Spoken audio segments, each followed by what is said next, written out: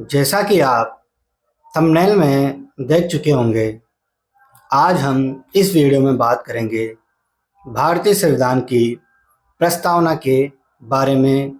इस वीडियो में विस्तार से अध्ययन करेंगे। प्रस्तावना। हम भारत के लोग अर्थात संप्रभुता जनता में निहित है। संप्रभुता से आशय है कि भारत एक स्वतंत्र राष्ट्र है। भारत के जो फैसले हैं, आंतरिक और बाह्य फैसले हैं, भारत किसी के दबाव में न आकर स्वयं ले सकता है। और जो भारत के संविधान में जो अंतिम शक्ति है वह जनता में निहित है। भारत को संपूर्ण प्रभुत्व संपन्न समाजवादी पंथनिरपेक्ष लोकतांत्रिक गणराज्य बनाने के लिए न्याय तीन प्रकार के सामाजिक, आर्थिक, राजनीतिक, तीन प्रकार के न्याय है भारत की प्रस्तावना में। सामाजिक, आर्थिक, राजनीतिक, बंधुत्व, व्यक्ति की गरिमा, राष्ट्र की एकता व अखंडता। पांच प्रकार की स्वतंत्रता है भारत के प्रस्तावना में, संविधान की प्रस्तावना में। विचार की स्वतंत्रता, अभिव्यक्ति की स्वतंत्रता, विश्वास की स्वतंत्रता, धर्म की स्वतंत्रता, उपासना की स्वतंत्रता। दो प्रकार की समानता है, समता, प्रतिष्ठा की और अवसर की समता। 26 नवंबर 1949 ईस्वी मिति मार्गशीर्ष शुक्ल सप्तमी संवत 2006 विक्रम को संविधान को अंगीकृत, अधिनियमित और आत्मार्पित किया गया। 26 नवंबर 1949 को मिति मार्गशीर्ष शुक्ल सप्तमी संवत 2006 विक्रमी संविधान को अंगीकृत, अधिनियमित, आत्मार्पित किया गया। क्या प्रस्तावना संविधान का भाग है? बेरोवारी वाद 1960। उच्चतम न्यायालय ने निर्णय दिया कि प्रस्तावना संविधान का भाग नहीं है। जो बेरोवारी संघवाद है 1960 का, उसने उच्चतम न्यायालय में निर्णय दिया कि जो प्रस्तावना है संविधान का भाग नहीं है। केशवानंद भारती वाद 1973। केशवानंद भारती वाद 1973। इसमें उच्चतम न्यायालय ने अपने पूर्ववर्ती निर्णय को उलट दिया तथा माना गया कि प्रस्तावना संविधान का भाग है। लेकिन यह अनुच्छेद की भांति प्रभावी नहीं है। यह न तो संसद को शक्ति देते हैं, न ही संसद की शक्तियों को कटौती कर सकते हैं। न तो संसद को शक्ति देते हैं, न ही संसद की शक्तियां हैं उनमें कटौती करते हैं। यह न्यायालय के द्वारा परिवर्तनीय नहीं है। यह न्यायालय के द्वारा परिवर्तनीय नहीं है। केशवानंद भारती वाद 1973। उच्च न्यायालय में निर्णय दिया गया कि संसद संविधान के किसी भी भाग में संशोधन कर सकती है। जो केशवानंद भारती वाद 1973 में उच्चतम न्यायालय के द्वारा निर्णय दिया गया कि जो संसद है, पार्लियामेंट है, वो संविधान के किसी भी भाग में संशोधन कर सकती है। अतः प्रस्तावना में भी संशोधन किया जा सकता है, लेकिन संविधान के बुनियादी ढांचे के साथ छेड़छाड़ नहीं होना चाहिए। यानी जो उच्चतम न्यायालय के द्वारा केशवानंद भारती वाद 1973 में निर्णय दिया गया कि संसद संविधान के किसी भी भाग में संशोधन कर सकती है, यानी संसद जो संविधान है उसके किसी भी भाग में संशोधन कर सकती है। अतः प्रस्तावना में भी संशोधन किया जा सकता है। जो प्रस्तावना है उसमें भी संशोधन किया जा सकता है, लेकिन जो संविधान का बुनियादी ढांचा है, जो संविधान का मूल ढांचा है, उसके साथ छेड़छाड़ नहीं होना चाहिए। यानी संविधान की जो मूल ढांचा है उसमें परिवर्तन नहीं किया जा सकता। 42वां संविधान संशोधन 1976। इसके द्वारा प्रस्तावना में निम्न शब्द जोड़े गए। जो 42वां संविधान संशोधन 1976 को हुआ, उसमें प्रस्तावना में तीन शब्द जोड़े: समाजवादी, पंथनिरपेक्ष, अखंडता। समाजवादी, पंथनिरपेक्ष या धर्मनिरपेक्षता और अखंडता, ये तीन शब्द 42वां संविधान संशोधन में 1976 को प्रस्तावना में जोड़े गए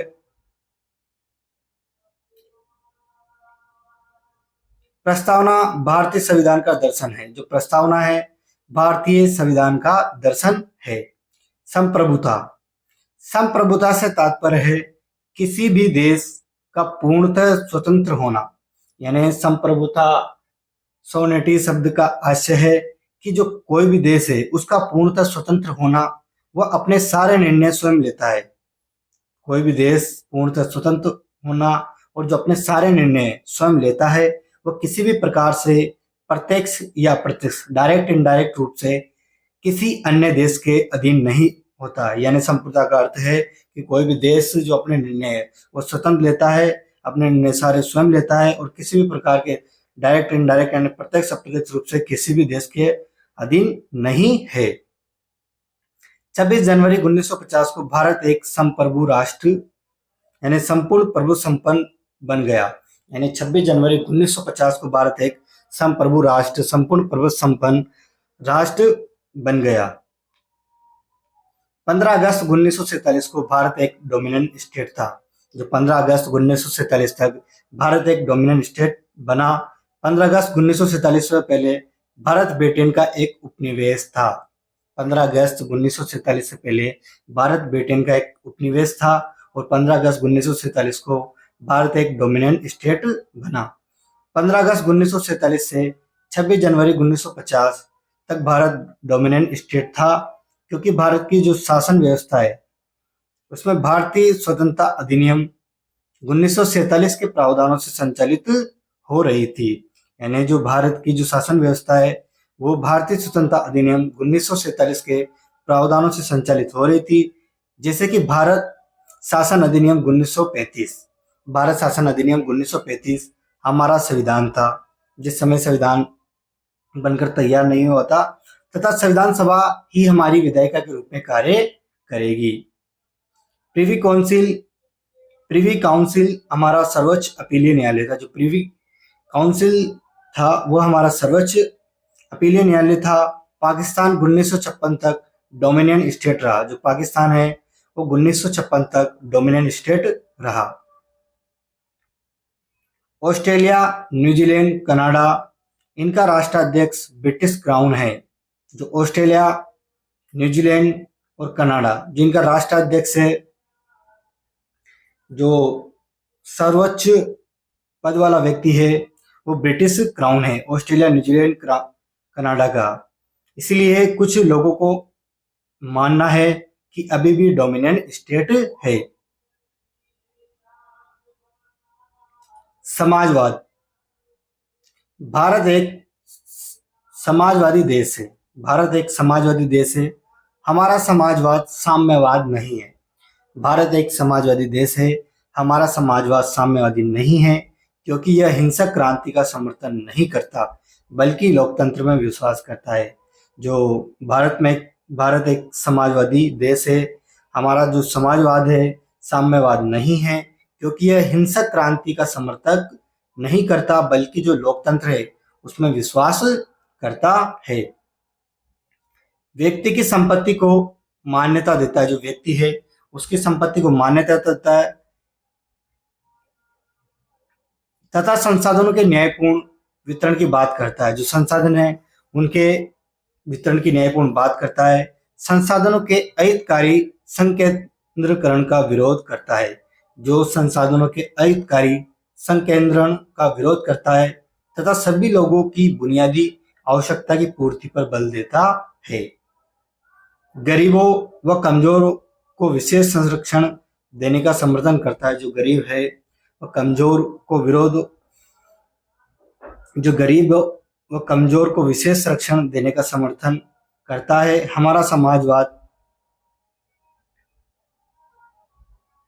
जो समाजवाद है फेबियन समाजवाद है। 42वें संविधान संशोधन 1976 में समाजवाद शब्द जोड़ा गया था। जो 42वां संविधान संशोधन हुआ था उसमें जो समाजवाद शब्द जोड़ा गया था। साम्यवाद व समाजवाद में अंतर, यह हिंसक क्रांति का समर्थन करता है। जो साम्यवाद है यह हिंसक क्रांति का समर्थन करता है, जबकि जो समाजवाद है यह हिंसा का विरोध तथा लोकतांत्रिक आंदोलन का समर्थन करता है। साम्यवाद यह निजी संपत्ति का विरोध करता है। जो साम्यवाद है निजी संपत्ति का विरोध करता है, संसाधनों पर सार्वजनिक क्षेत्र का अधिकार होना चाहिए, जबकि समाजवाद यह उत्पादन के साधनों पर निजी संपत्ति को भी मान्यता देता है। साम्यवाद यह राष्ट्रवाद को नहीं मानता। जो साम्यवाद है राष्ट्रवाद को नहीं मानता, जबकि जो समाजवाद है वह राष्ट्रवाद को मानता है। यह धर्म को नहीं मानते हैं, इनके अनुसार धर्म अफीम है। जो साम्यवादी है वो धर्म को नहीं मानते हैं, इनके अनुसार धर्म अफीम है, जबकि समाजवाद यह धर्म का समर्थन करता है। जो साम्यवाद है वो वर्ग संघर्ष विचारधारा पर आधारित है। जो समाजवादी है वो वर्ग संघर्ष व वर्ग सहयोग दोनों विचारधारा पर आधारित है। साम्यवाद संसाधनों का समान या आवश्यकता के अनुसार वितरण पर बल देता है, जबकि जो समाजवाद है संसाधनों का योग्यता के अनुसार वितरण, साथ ही कमजोर वर्गों का विशेष संरक्षण हो। लोकतंत्र में विश्वास नहीं, सर्वहारा वर्ग की तानाशाही में विश्वास। जो साम्यवाद है वो लोकतंत्र में विश्वास नहीं करता, सर्वहारा वर्ग की तानाशाही में विश्वास करता है, जबकि जो भारत का समाजवाद है वो लोकतंत्र का समर्थन करता है। माओवाद किसान क्रांति कर सकते हैं। राष्ट्रवाद में विश्वास, विश्व क्रांति में समर्थन नहीं है। जो माओवाद विचारधारा है उसमें किसान क्रांति कर सकते हैं, राष्ट्र में विश्वास और विश्व क्रांति में समर्थन नहीं है। पंथ निरपेक्ष या धर्म निरपेक्ष।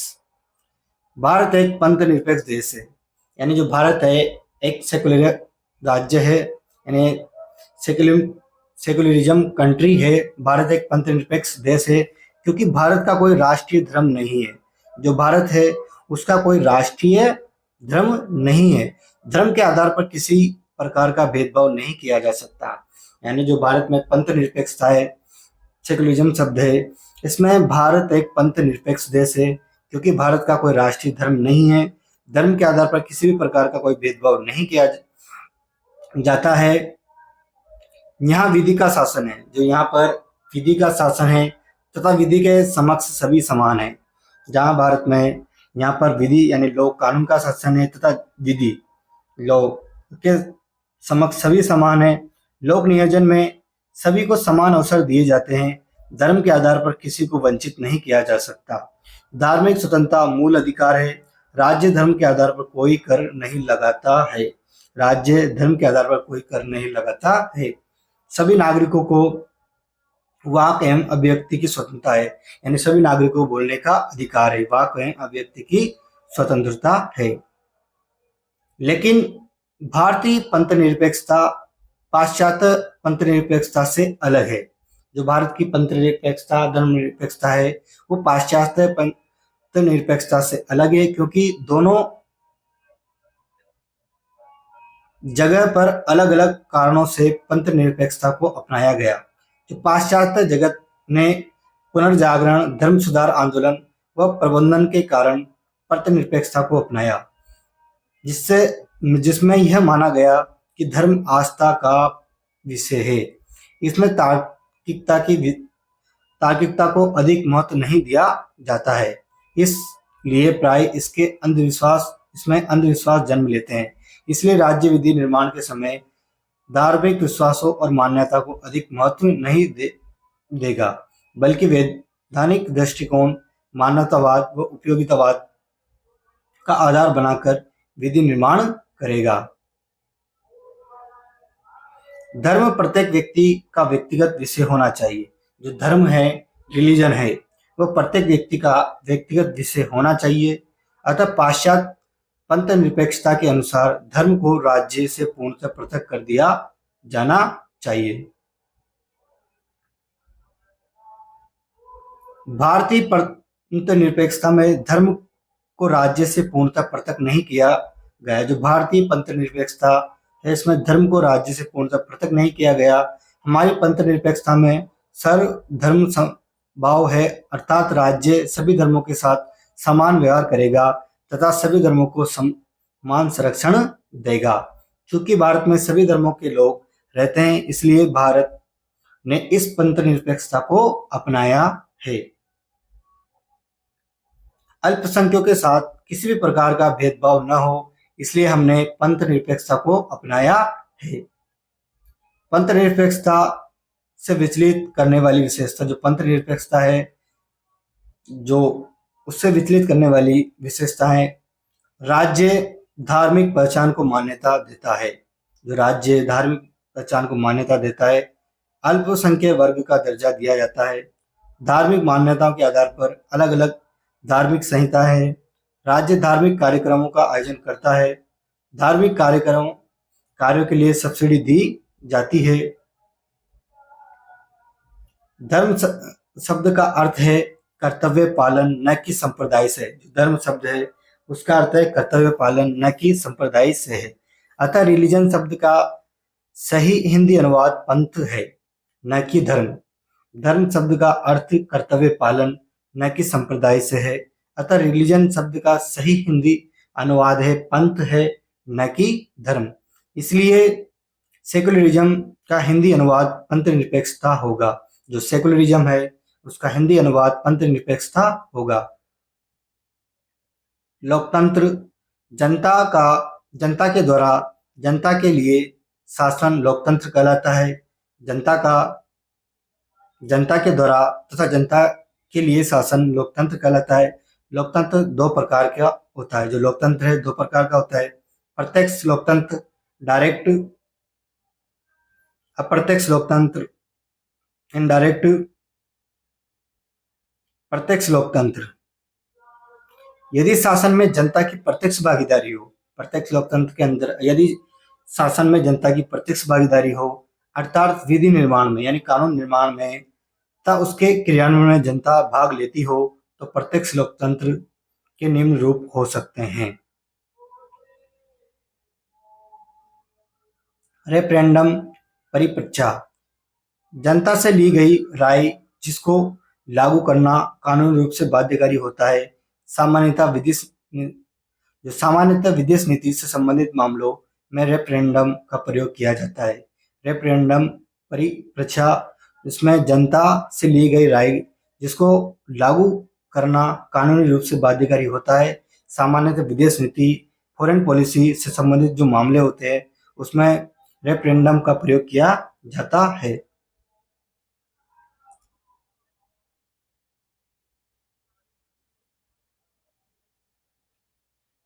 प्लेबिसाइट, जनमत संग्रह, इसमें जनता के साथ राय ली जाती है। जनमत संग्रह में जनता के साथ राय ली जाती है, लेकिन जनता की राय को लागू करना कानूनी रूप से बाध्यकारी नहीं होगा। इसमें जनता की जो जनमत संग्रह है उसमें जनता की राय तो ली जाती है, लेकिन जो जनता की राय है वो कानूनी रूप से लागू करना बाध्यकारी नहीं होगा। प्राय घरेलू मामलों में इसका प्रयोग किया जाता है। जो घरेलू मामले में इसका प्रयोग किया जाता है जनमत संग्रह का। Right to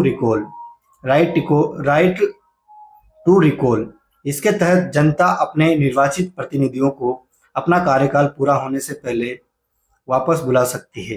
right to recall से तात्पर्य है कि इसमें जनता अपने निर्वाचित प्रतिनिधियों को अपने कार्यकाल पूरा होने से पहले वापस बुला सकती है। भारत में पंचायती राज संस्थाओं को राइट टू रिकॉल का प्रावधान है, यानी भारत में जो पंचायती राज संस्था है उनको राइट टू रिकॉल का प्रावधान है।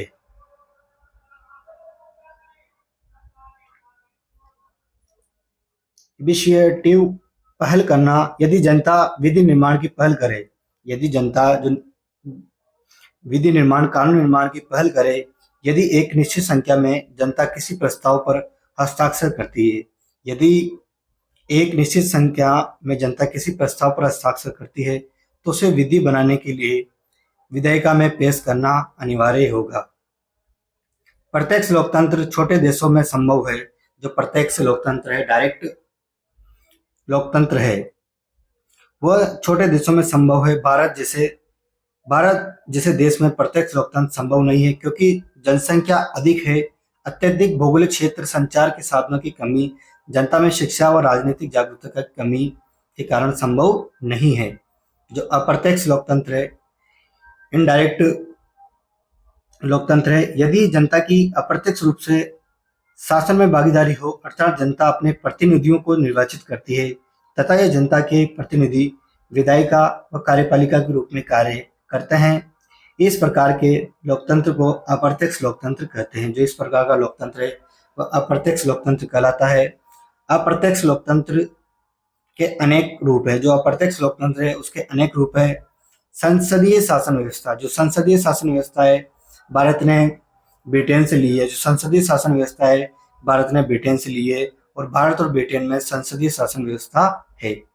अध्यक्षात्मक शासन व्यवस्था, अध्यक्षात्मक शासन व्यवस्था जो कि अमेरिका में है। दोहरी कार्यपालिका, दोहरी कार्यपालिका फ्रांस में है। बहुल कार्यपालिका स्विट्जरलैंड में है। अप्रत्यक्ष लोकतंत्र को एक अन्य रूप में भी बांटा जा सकता है। एकात्मक शासन व्यवस्था, समझ शक्तियों का जो केंद्र सरकार में निहित होती है, ये ब्रिटेन में है एकात्मक शासन व्यवस्था। परिसंघीय शासन व्यवस्था, राज्यों को अधिक शक्तियां प्राप्त होती है, ये अमेरिका के संविधान में है। गणराज्य, जिसका राष्ट्राध्यक्ष वंशानुगत नहीं है उसे गणराज्य बोलते हैं। जो राष्ट्र का सर्वोच्च व्यक्ति होता है, जैसे भारत में राष्ट्रपति सर्वोच्च व्यक्ति है, तो वह वंशानुगत नहीं होगा, तो भारत एक गणराज्य है। जो राष्ट्राध्यक्ष है और उसके ऊपर सरकार फिर जनता, यानी सबसे ऊपर राष्ट्राध्यक्ष फिर उसके नीचे सरकार फिर जनता, यानी जो राष्ट्राध्यक्ष है वो वंशानुगत नहीं होगा। भारत में जो राष्ट्राध्यक्ष है, राष्ट्रपति, सर्वोच्च पद भारत में संविधान में राष्ट्रपति का है, वो वंशानुगत नहीं है। भारत एक गणराज्य है। शासन में जनता की भागीदारी है तो लोकतंत्र है। ब्रिटेन में लोकतंत्र है लेकिन गणराज्य नहीं है। जो ब्रिटेन है देश, वहां पर लोकतंत्र तो है लेकिन गणराज्य नहीं है। गणराज्य इसलिए नहीं है क्योंकि जो वहां पर जो राष्ट्राध्यक्ष है वहां पर वंशानुगत है, बल्कि राजतंत्र है, और बल्कि वहां पर राजतंत्र भी है। चीन भी गणराज्य है लेकिन यहाँ लोकतंत्र नहीं है। भारत, अमेरिका और फ्रांस लोकतांत्रिक गणराज्य है। भारत में, अमेरिका में और फ्रांस में लोकतांत्रिक गणराज्य है। ब्रुनेई ना लोकतंत्र है ना ही गणराज्य है। न्याय, जो भारत की प्रस्तावना, जो भारत के संविधान में प्रस्तावना है उसमें 3 प्रकार के न्याय है: सामाजिक, आर्थिक और राजनीतिक न्याय। सामाजिक न्याय, सोशल जस्टिस।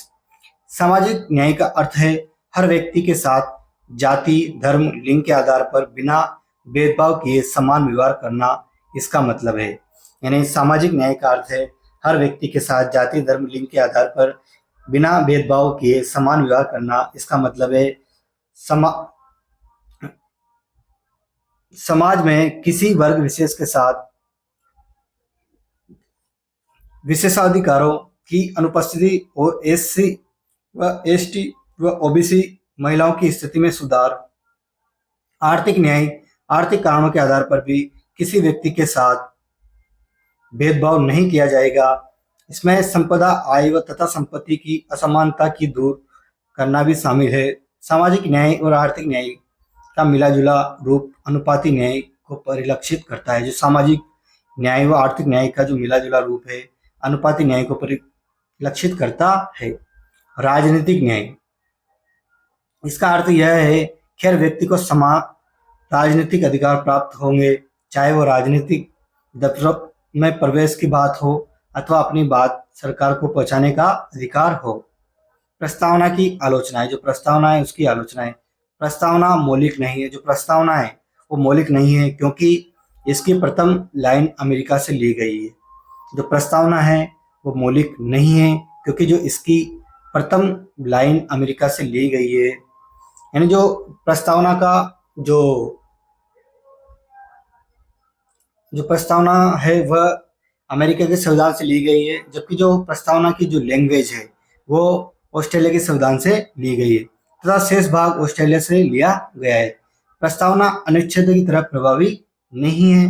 जिस प्रकार अनुच्छेद आर्टिकल प्रभावी है उस तरह प्रस्तावना प्रभावी नहीं है, क्योंकि न तो यह संसद को शक्ति देती है न एवं न ही संसद की शक्ति में कमी करती है। यह न्यायालय के द्वारा परिवर्तनीय नहीं है। समाजवाद शब्द का अर्थ स्पष्ट नहीं है, क्योंकि 1991 के आर्थिक सुधारों के बाद हम उत्तरोत्तर पूंजीवाद की तरफ बढ़ रहे हैं। पंथ निरपेक्षता शब्द का अर्थ स्पष्ट नहीं है, क्योंकि यहाँ धर्म को राज्य से पृथक नहीं किया गया है, बल्कि राज्य सभी धर्मों को संरक्षण देता है। आई होप आपको वीडियो पसंद आई होगी। अगर वीडियो पसंद आए तो वीडियो को लाइक करें, कमेंट करें, वीडियो को ज़्यादा से ज़्यादा शेयर करें। जय हिंद, जय भारत।